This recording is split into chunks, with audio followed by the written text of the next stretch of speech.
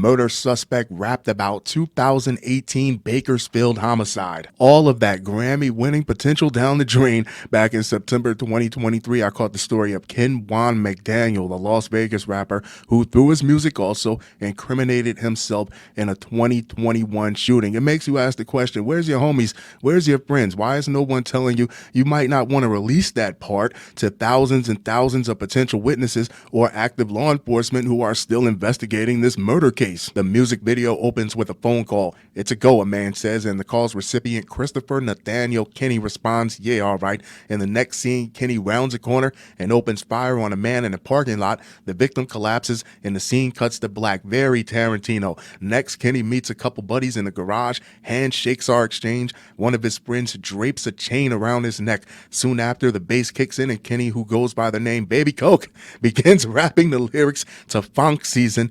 There's talk of headhunting and a murder mission of chasing down someone to watch them die. It's not a unique story. For decades, gangster rap has included tales of slinging drugs and killing rivals, braggadocio intended to enhance street cred and increase sales. I mean, I get it. One does what one can and all that good stuff. You can only rap about 3 or 4 things, one trick pony. But what good is street cred if you're not on the streets, if you're in the box? But authorities suspect Kenney's tale is based in fact. You can almost hear the Law and Order gong. Kenney, 25, is charged with murder and 4 counts of attempted murder in a shooting that occurred in 2018, killing rival gang member Jeremy Charles Littlejohn and wounding 4 others according to court documents. Charges were brought earlier this year. Kenney's DNA was found on shell casings at the scene. Documents said the victims were hit outside an open garage on Chandler Court, south of Wilson Avenue and west of Weibel Road. Sounds like the music video, huh? Within months of the slaying, the Funk Season video, the first released by Kenney after the shooting,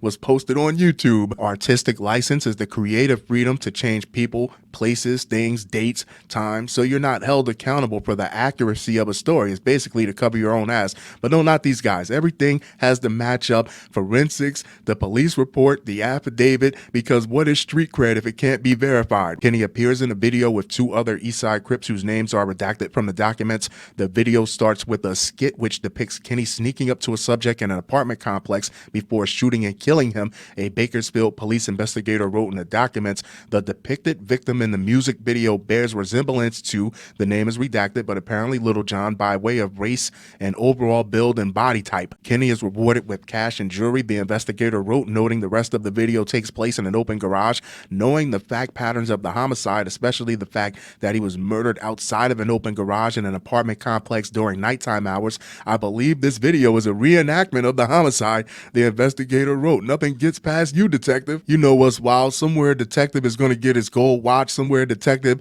is going to get a commendation and an award for the mantle in his crib when all he really had to do, the only thing he really had to do, was just watch your YouTube channel for a little bit longer. One person told police Kenney knew ahead of time where Littlejohn would be. So on top of you telling on yourself, it sounds like somebody very close to your inner circle is telling on you also. He said Kenney afterward bragged. Yeah, that just sounds like inside information. He said Kenney afterward bragged about the killing because he wanted recognition in the gang. You have all the recognition you would ever want or need now, buddy. According to the documents, Kenney has been at large for months. Inmate records did not show him in custody as of Monday afternoon. They're still looking for him.